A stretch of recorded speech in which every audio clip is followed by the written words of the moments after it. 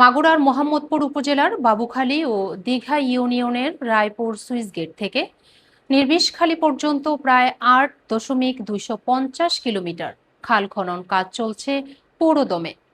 স্থানীয় শ্রমিক ও উপকারভোগী মানুষের অংশগ্রহণে পরিচালিত এই কার্যক্রম শনিবার 9 মে 2026 পরিদর্শন করেছে মাননীয় সাংস্কৃতিক মন্ত্রী নিতাই রায় চৌধুরী এমপি।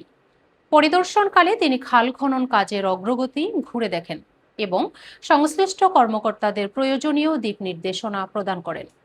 দীর্ঘদিনের জলাবদ্ধতা ও পানি নিষ্কাশন সমস্যা সমাধানে এই খাল খনন কার্যক্রম গুরুত্বপূর্ণ ভূমিকা রাখবে বলে আশাবাদ ব্যক্ত করেন তিনি। দুর্নীতি হয়, it is your duty to ensure যেখানে ঠিকমতো হচ্ছে কিনা। প্রথম কথা, কোনো জায়গায় 70% কাজ হতে পারে, আর বাকি করবে ওই ভেপুতে। মোহাম্মদপুর উপজেলা পিআইও কর্মকর্তা রাশেদুল ইসলাম জানান, প্রতিদিন প্রায় 892 জন শ্রমিক এই প্রকল্পে কাজ করছেন।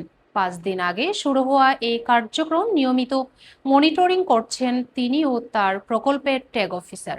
খাল খনন কাজে পিআইসি হিসেবে দায়িত্ব পালন করছেন আনিসুর রহমান সহ এলাকার গণ্যমান্য ব্যক্তিবর্গ। এছাড়াও প্রকল্প এলাকা পরিদর্শনে আসছেন মোহাম্মদপুর উপজেলার নির্বাহী কর্মকর্তা।